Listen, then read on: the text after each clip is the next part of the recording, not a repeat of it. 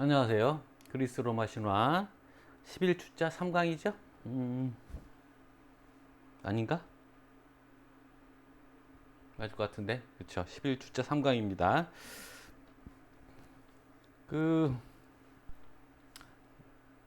곁다리 얘기입니다. 그래서 지금 테세우스 얘기하고 있었지만 테세우스가 이제 아리아드네 버린 얘기까지 했잖아요. 아버지가 이제 빠져 죽어서 애기가 됐다는 얘기까지 했잖아요.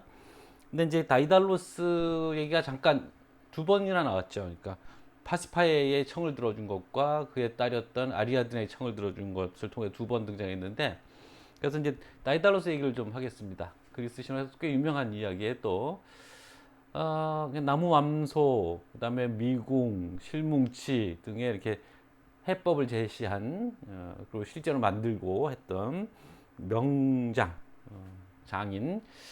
그 다이달로스가 왜 여기 왔냐면 아테네 출신인데, 원래는 아테네인들이 이제 이런 손기술에 자부심이 있는 사람들이죠. 아테네 신도 섬기고 그러니까 또 헤파이스토스 신도 섬기잖아요. 그래서 하여튼 아테네 출신인데 자기 친척일 텐데 아마 자기 조수를 부렸는데 손재주가 너무 뛰어나니까 질시해서 죽였다는 거예요. 그래서는 크레타로 도망온 거죠. 근데 이제 미노스가 이것저것 부려보니까 뭐 천재잖아요. 그래서 미노스가 놓아주질 않으니까 탈출하려고 밀랍으로 깃털들을 붙여서 날개를 만들어서 이제 탈출을 시도합니다. 그러니까 이제 이게 인류가 하늘 날고 싶은 꿈이 신화적으로 재현됐던 거죠. 나중에 또그 레오나르도 다빈치도 비행기를 설계하고 결국 라이트 형제가 뭐 비행기를 만들고 뭐 이렇게 가지만 그래서 아들을 같이 데리고 갔었기 때문에 그 아들에게 당부하기를, 너무 낮게 날면 바다 습기를 먹어서 날개가 무거워지고 또 너무 높게 날면 태양열 때문에 이 밀랍이라는 게 쉽게 말하면 그 양초 만드는 거거든요. 그러니까 촛불을 태우면 거기 촛농이 흘러내리잖아요. 그게 이제 열에 녹는 성질을 갖고 있으니까, 그래서 너무 높이 날면 밀랍이 녹아서 또 날개가 깃털이 흩어지니까 안 된다. 그래서 너무 높게도 너무 낮게도 중용을 지켜서 날아라 이거죠. 근데 그렇게 당부를 했는데 젊은이는 중용을 안 지키는 게 젊은이죠. 아프니까 청춘인지 뭐 아프리카 청춘인지.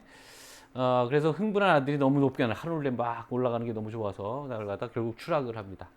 이걸 이커러스 드림이라고 합니다. 이커러스의 꿈. 그 잉리 멈스틴이라고 하는 그 북구의 어떤 기타리스트가 친 기타곡도 있어요. 자, 그래서 이제 아들 죽는 걸 보고도 어쩔 수 없이 계속 날아가서 미노스 이제 다이달로스는 어디로 가면 시칠리아의 코칼로스 왕의 보호 아래 보호를 받습니다. 카모코스인가 뭐 그런 곳인데, 근데 거기 숨어 있었는데 다이달로스를 계속 미노스가 찾아다니면서, 이게 이제 왜 봉중침이라고 이제 그 고대 중국 뭐라 그래야 되나 속담도 있어요. 호주머니에다가 송곳을 집어넣어봤자 그 송곳은 삐져나오기 마련이다. 그러니까 재주 있는 사람은 뭐 어차피 눈에 띄게 된다. 뭐 이런 뜻인데, 미노스가 이제 어떤 게 이제 뭐랄까 미끼를 썼냐면, 그 고동 있잖아요. 그 소라 같은 거 이렇게 탐원형으로 나중에 가서 이렇게 좁아지는 이렇게 이제 이렇게 돼 있잖아요. 그래서 요 좁아진 맨 끝에다가 끝에 그게 아니고, 그러니까 그 이 고동이 속에 이렇게 빙글빙글 돌게 돼 있거든요. 나선형으로. 그 고동에 실을 꿰서 고동이 뾰족한 맨 끝부분을 이렇게 빠져나오게 어떻게 할 수 있느냐, 뭐 이런 이제 퀴즈를 낸 거죠. 그랬더니 이제 코칼로스가 자기 나이탈로스가 재주 많은 걸 자랑스럽게 생각하고 있었으니까 이 퀴즈를 미노스가 이렇게 퍼트리면 동네 소문을 퍼트리면서 다니니까 그 코칼로스 왕이 미노스 다이달로스에게 이제 그 퀴즈를 알려준 거죠. 그랬더니 어떻게 해결했냐? 개미 허리에다가 실을 묶고 그 고동의 맨 뾰족한 끝을 뚫고 거기다가 이제 그 꿀을 바른 거죠. 그러니까 그리고 개미를 그 고동 안에다 집어넣으니까 개미가 꿀 냄새를 따라서 이렇게 그 곡선을 따라서 들어가서 밖으로 나온 거죠. 그래서 이제 그 자랑스럽게 이제 코칼로스가 미노스에게 그거를 제시를 하니까 미노스가 이놈 잡았다. 그러고 딱 이 코칼로스 왕을 찾아간 거죠.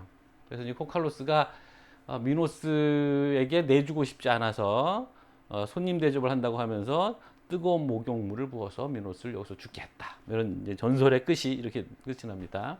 그래서 죽어서 미노스는 저승에서 이제 제우스의 아들이기도 하고 뭐 지혜롭다고 해서 심판자 역할을 맡았고, 그래서 이제 플라톤의 고리기아스 편에 보면 아시아에서 온 저승에 온 사람들 중에 아시아에서 온 사람들은 라다만티스라는 제우스의 또 다른 아들이, 그리고 유럽에서 온 그 영혼들 혼령들은 아이아코스는 저기 아테네 쪽 왕이에요.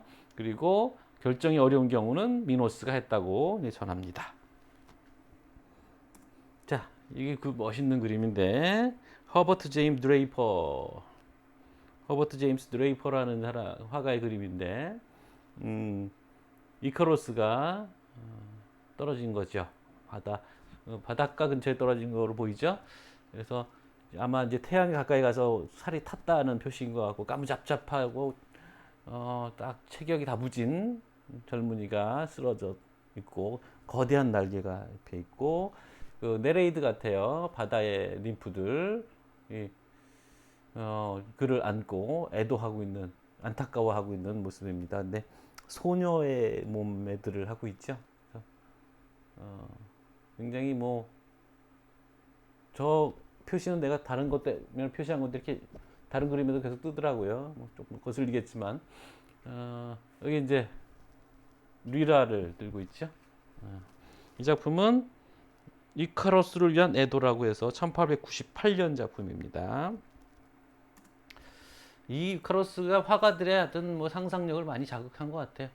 이거는 이제 피터 브리헬 디 엘더니까 1세라고 해도 좋겠는데, 이게 이 화가 가문입니다. 유명한 가문인데 어디였죠? 네덜란드인가 브뤼셀 쪽의 화가인데 이게 좀 재밌는 것이 굉장히 큰 폭의 풍경이 펼쳐져 있는데 이카로스랑 관련돼 있는 그림이랬는데, 이게 제목은 이제 이카로스의 추락이 들어있는 풍경 뭐 이런 거야. 어디 있어요 이카로스가? 여기 있습니다. 이 거대한 전경의 한 귀퉁이에 이카로스라는, 그리고 다이달로스라는 희대의 천재와 그의 아들이 벌였던 위대한 시도가 반편의 그 실패로 끝나는 장면, 역사적인 신화적이고 그런 사건이 벌어지고 있는데 한 귀퉁이에. 그리고 이 사람은 낚시하느라 정신이 없어 못 봐. 지나가는 배는 무심하게 지나가.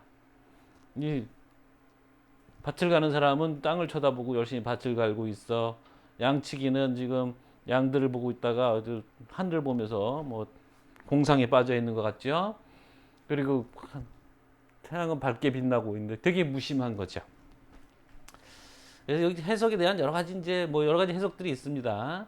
근데 우리가 이제 그림을 보면서 바로 느낄 수 있는 건, 그런 우리의 일상의 삶이라는 것은 어떤 기적이나 어떤 역사적 사건 이런 것들과 무관하게, 무료하게, 때로는 무관심하게 진행되고 있고 유지되고 있고 버티고 있다라는 얘기를 우리가 이 그림에서, 이 아름다운 그림에서 볼 수 있는 거고요. 또 이제 뭐 배경에 대한 지식을 갖고 있는 미술사가들 얘기는, 이 당시에 이 화가의 나라가 스페인의 지배를 받고 있었는데, 스페인이 당시 태양의 제국이라고 불렸거든요. 이 태양이 뉘엿뉘엿 지고 있는 장면이거든요. 그래서 그 자기들을 지배하고 있던 스페인에 대한 반항심을 여기다 또 담았다라는 해석도 있더군요. 자, 이건 이제 또 다른 작품. 아까 그 작품은 1526년 아니고, 여기 연도가 안 나왔군요. 그 작품은.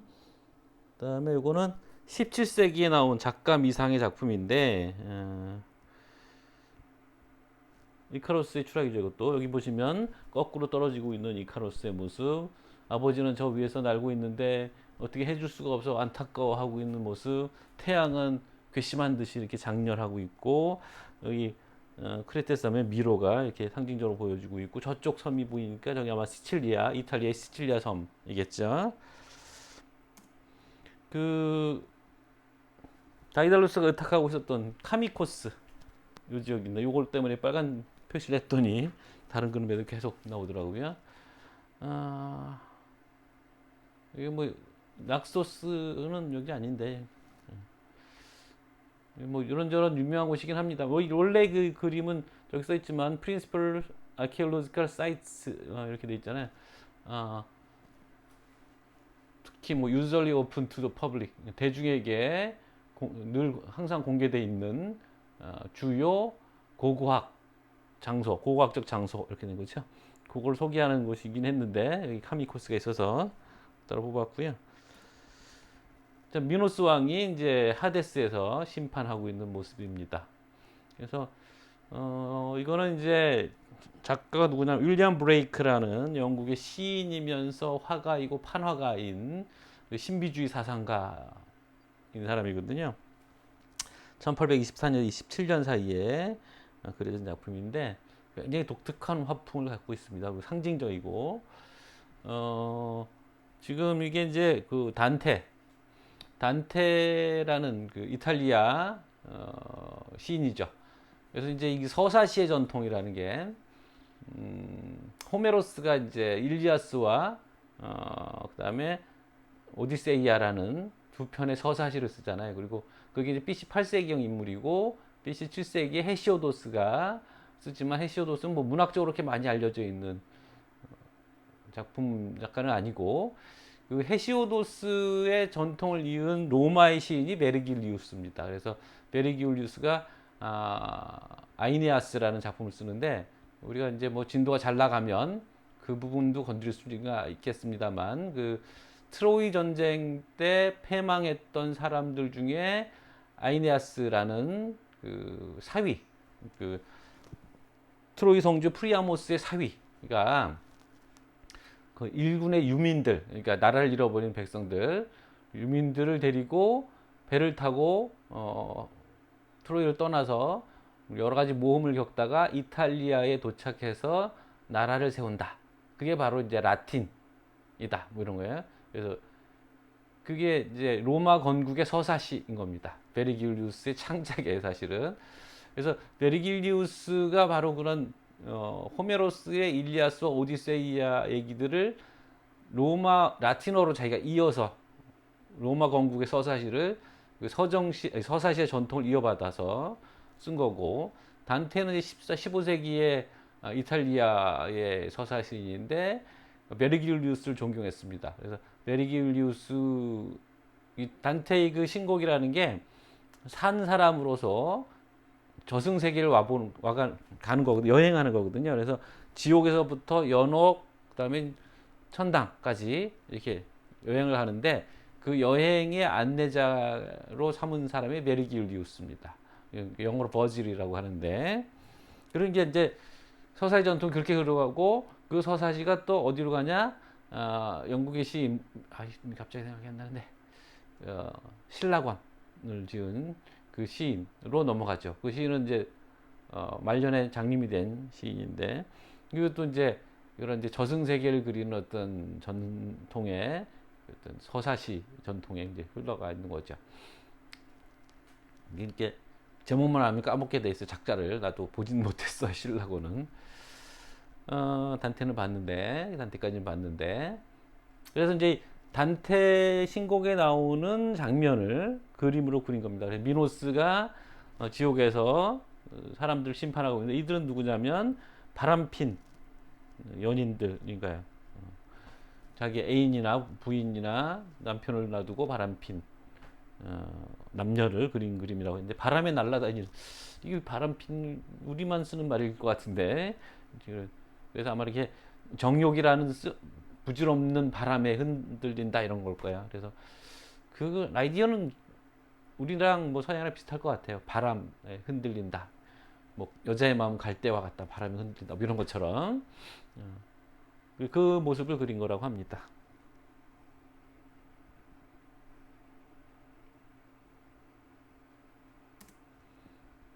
자, 그 다음에 테세우스의 통치. 이렇게 해서 이제 아버지가 죽고 아버지의 뒤를 이어서 테세우스가 나라를 다스리게 되는데 굉장히 미화되어 있습니다. 아테네의 국채를 정비해서 이해심 있고 너그럽고 약자를 보호하는 단호한 왕, 민주주의 수호자 이렇게 되어 있습니다. 그러니까 이런 모습들이 어디 그려져 있냐면 그리스 비극 작품들에 그려져 있는 것이고 그리스 비극이라는 것은 다른 곳이 아니라 바로 아테네에서 파네타니아 축제 축제, 디오니소스 축제죠. 자, 디오니소스 축제 중에 4년에 한 번씩 열리는 거 그렇죠? 그 디오니소스 축제 중에 그리스 비극을 상연했거든요. 그래서 이제 미리 그 대본들을 받았다가 그 중에 3명의 작가들의 작품을 뽑습니다. 1, 2, 3등 이미 아니, 그 3순위까지 정해놓고 왜냐하면 이제 작품을 공연해야 되니까 그래서 그 배우들을 대주고 다 이제 나라에서 비용으로 되는 겁니다. 그래서 한 작가가 3편의 비극과 1편의 사티로스 말하자면 코미디극 요 4개를 하루 동안에 상연을 하는 겁니다. 그래서 사흘간 쭉 릴레이로 상연을 하고 그 중에서 1등상을 뽑습니다.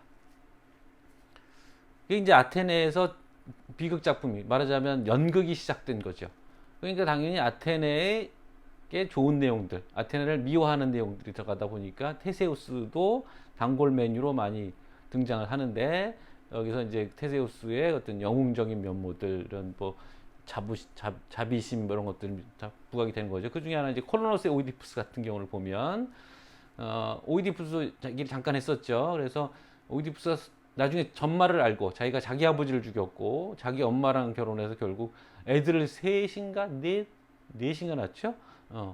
애들을 낳고 아들 딸 둘씩 낳습니다. 그 사실을 알고 결국 자기 엄마였던 이오카스테는 자결해 죽고 오이디푸스는 자기 눈을 이 브로치의 핀으로 찔러서 눈이 멀고 스스로 또는 추방당해서 테바이를 떠납니다. 방랑을 가는데 그 엘렉트라는 자기 딸이 보필을 하죠. 그래서 이제 흘러 어디까지 가냐면 콜로노스라는 곳에 도착을 했는데 콜로노스가 이제 아테네 근방이거든요. 근데 이제 그 아들들이 왕위를 두고 이제 싸움을 벌입니다. 그래서 이제 신탁이 어떻게 떨어지냐면 오이디푸스를 모시는 쪽이 이 전쟁에서 이긴다.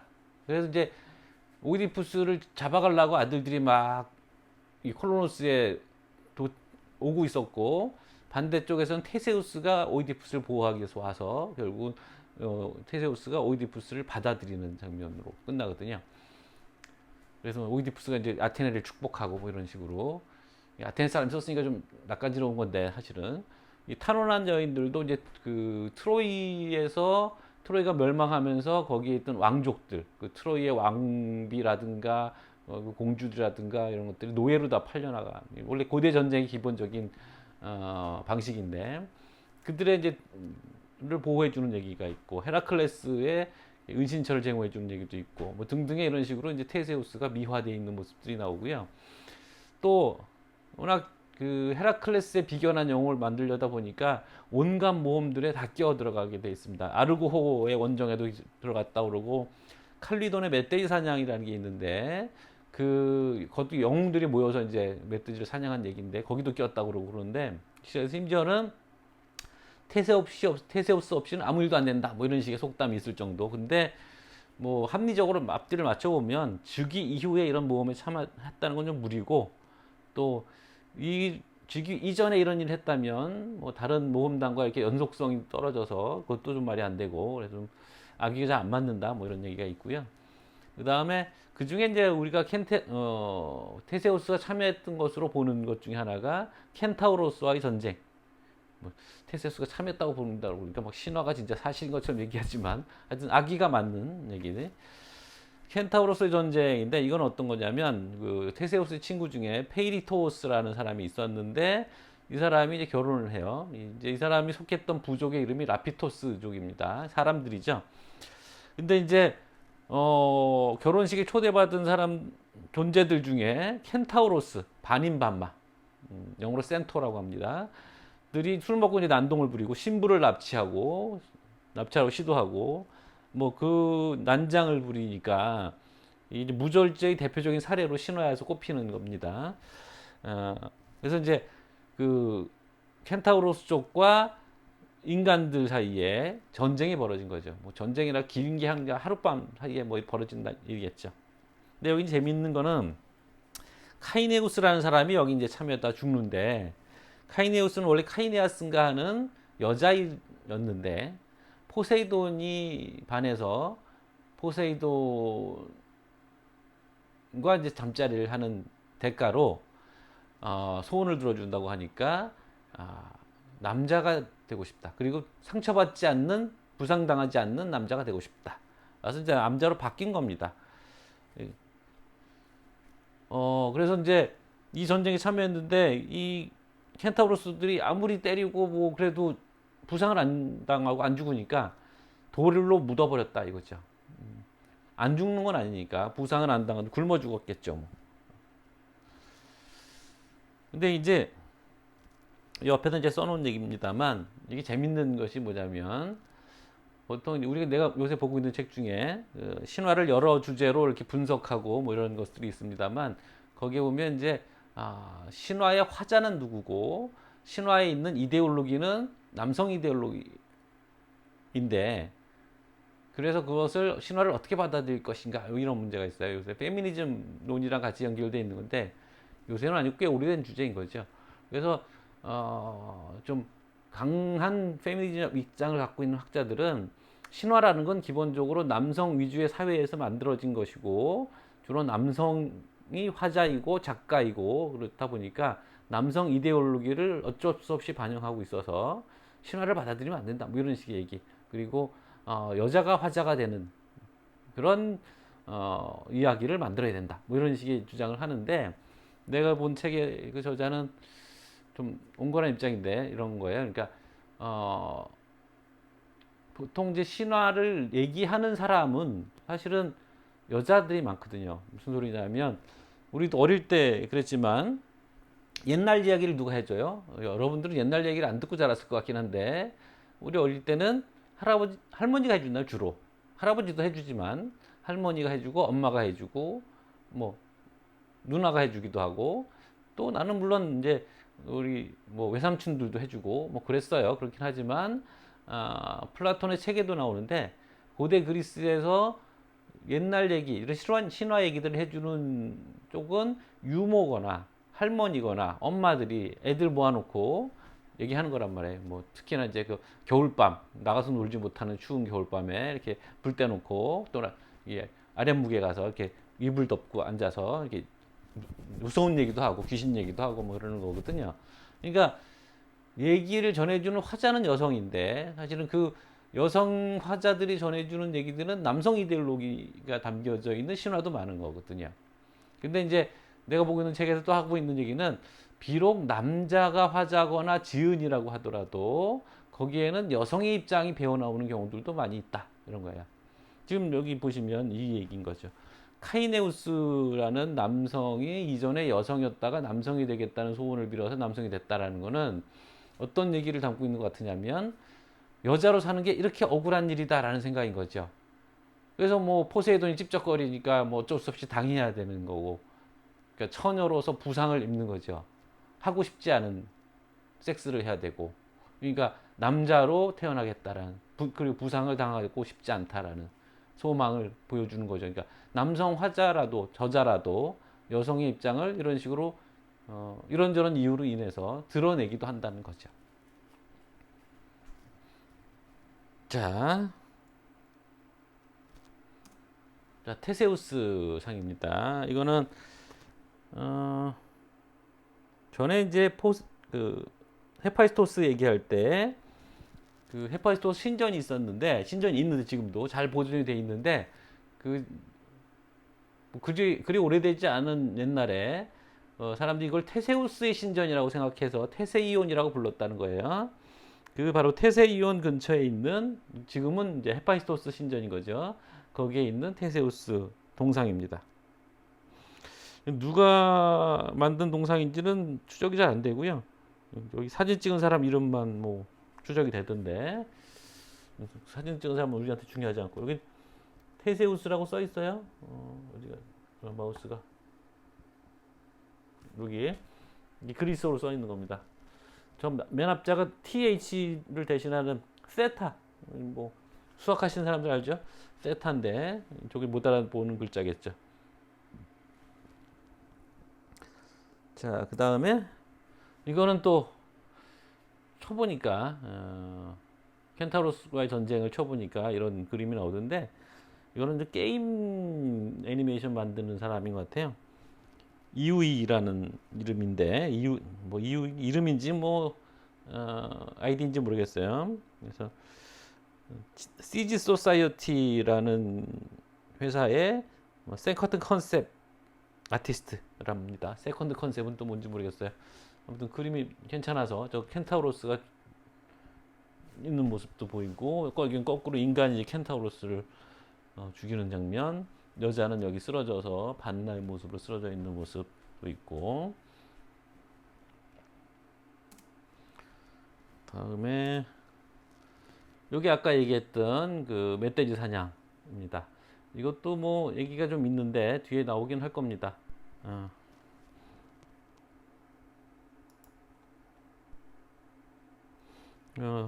얀 피트와 피터 티스라는 사람이 그린 그림인데 여기 지금 여성이 보이시죠?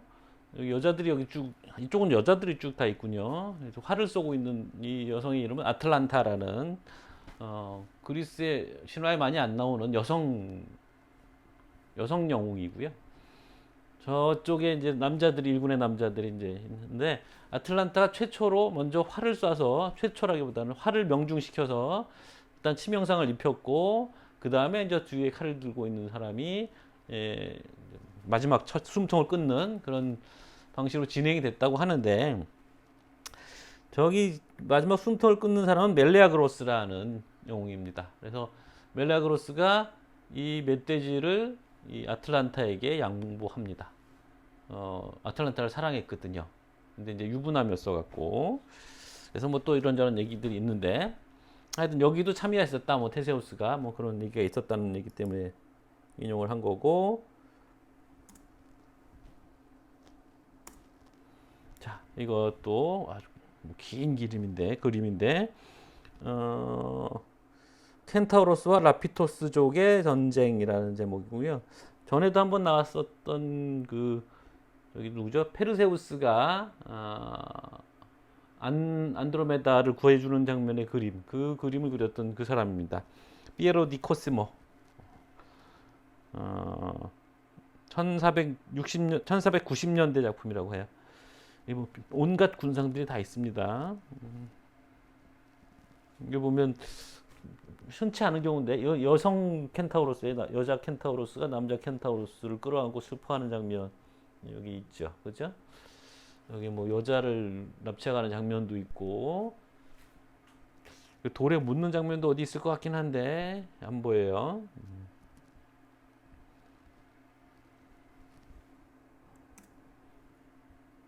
응? 이거 이런 연결 접속이 좀 떨어졌습니다. 잠깐만 기다려 주세요.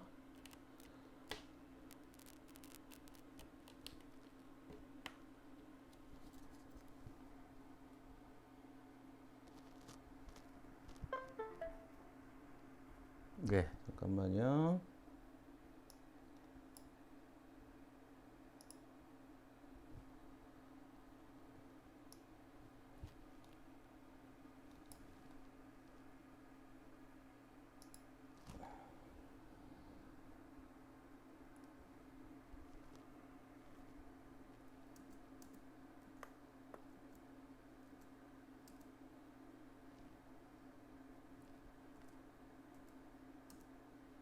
자, 이 작품은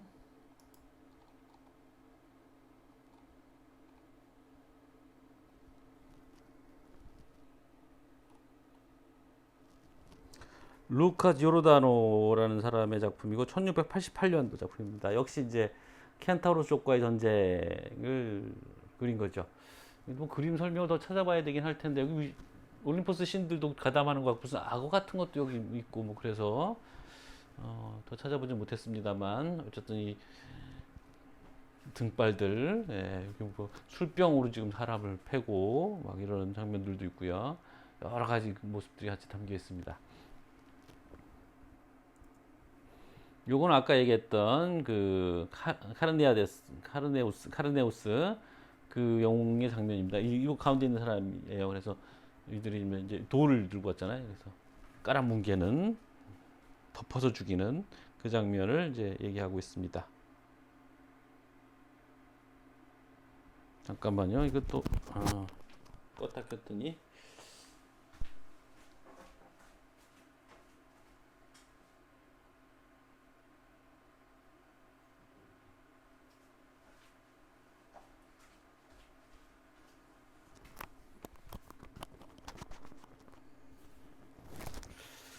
자 이게